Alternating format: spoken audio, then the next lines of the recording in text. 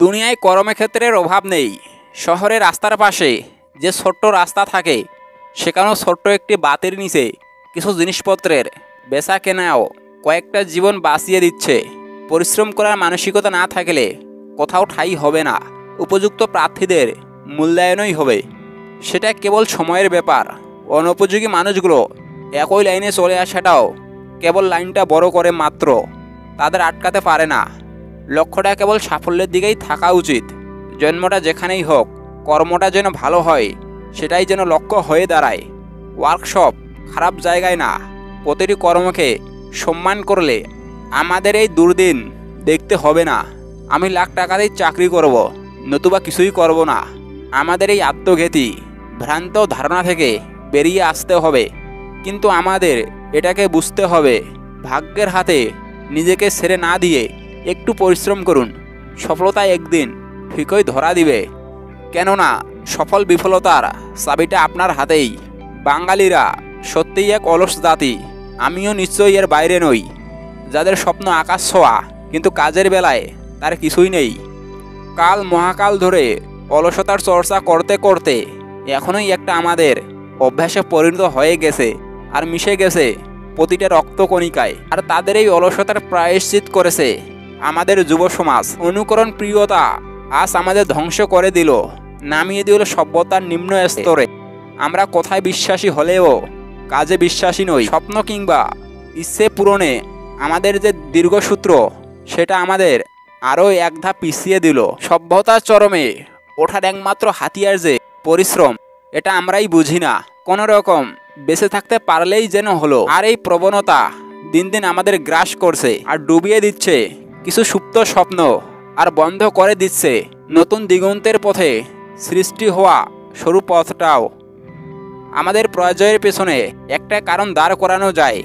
আমরা যখন কোনো স্বপ্ন দেখি, তখন অনেক বড় স্বপ্ন দেখি। আমাদের পরিবেশ আমাদের দেখতে বাধ্য করে। কিন্তু যখন আমরা আমাদের লক্ষ্যে পৌঁছাতে পারি না, তখন শুরু হয় হতাশা।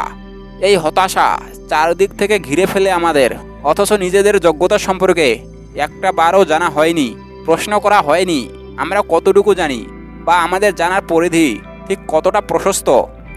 আমার মতে এমন স্বপ্ন দেখা উচিত নয় যেটা আমাদের নিজেদের পক্ষে বাস্তবায়ন করা অসম্ভব। সামর্থ্যের বাইরে স্বপ্ন দেখাটাও আমার চোখে এক প্রকার অপরাধ হই, যার শাস্তিস্বরূপ আসে হতাশা।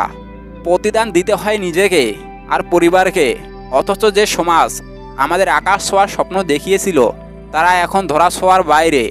এমন স্বপ্ন দেখোই বা কেন যা বাস্তবায়ন করা অসম্ভব? অনিশ্চিত প্রত্যাশার চেয়ে হাতে পাওয়ার অল্প কিছুটাও যেন অনেক ভালো, সেটা আমাদের কে বুঝাবে? জীবনে প্রথমে নিজেকে প্রশ্ন করুন, কতটুকু পাবেন?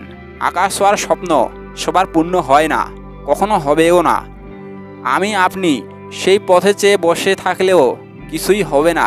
কাউকে স্বপ্ন দেখাতে একবার ভেবে নেবেন তার যোগ্যতা হিসেবে, তবেই পথ দেখাবেন। এতে দুজনেরই মঙ্গল হবে। নিজের সামর্থ্যের মধ্যে এমন কিছু করুন, করার চেষ্টা করুন।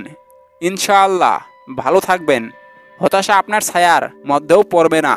সফলতা চারটি কথার ফুলঝুরি নয় যে মুখে বললেই হয়ে যাবে।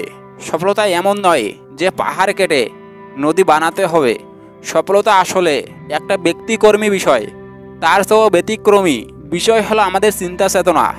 মূলত এটাকে কে কিভাবে নেয় সেটাই মূল বিষয়। একজন দোকানদারের একদিনে 1000 টাকা আয় করা তার কাছে একটা যুদ্ধ জয়ের সমান, আর তার কাছে এটাই সফলতা। কারো কাছে এই 1000 টাকাটাই আবার সামান্য কিছু। সফলতা আসলেই একটি মনস্তাত্ত্বিক পরিতুষ্টির বিষয়, যেখানে একটা মানুষের প্রতিটি ক্ষুদ্র ক্ষুদ্র প্রত্যাশার সার্থক বাস্তবায়নেই তার কাছে সফলতা। সফলতা ঠিক যেমন ছোট হতে পারে, আবারও এর বিস্তৃতি হতে পারে আকাশ সমান। আমার কাছে কঠোর পরিশ্রমের পর কোনো একজনের স্বপ্ন পূরণ হবার ঘটনাই সফলতা।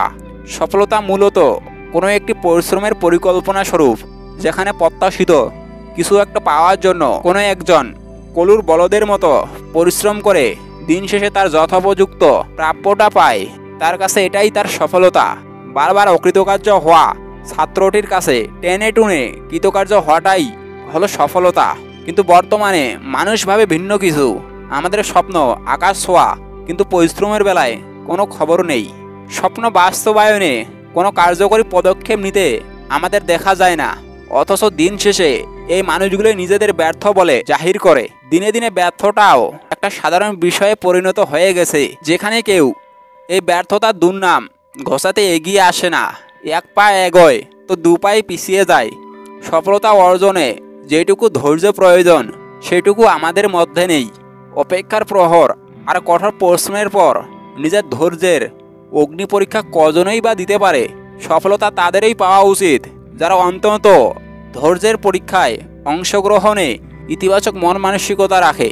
সফলতা অর্জনের শেষ লক্ষ্যে পৌঁছাতে আমাদের ধৈর্যশীল হওয়া উচিত।